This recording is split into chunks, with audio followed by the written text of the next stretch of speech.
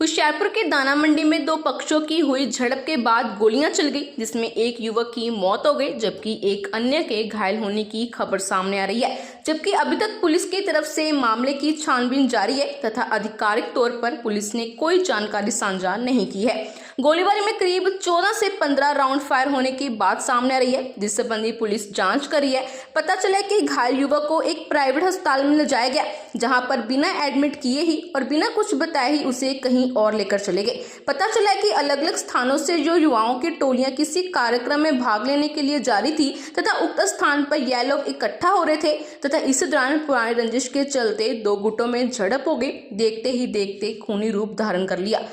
The स्टैली news के लिए Jitendra Prince व नवनीत चीमा की रिपोर्ट।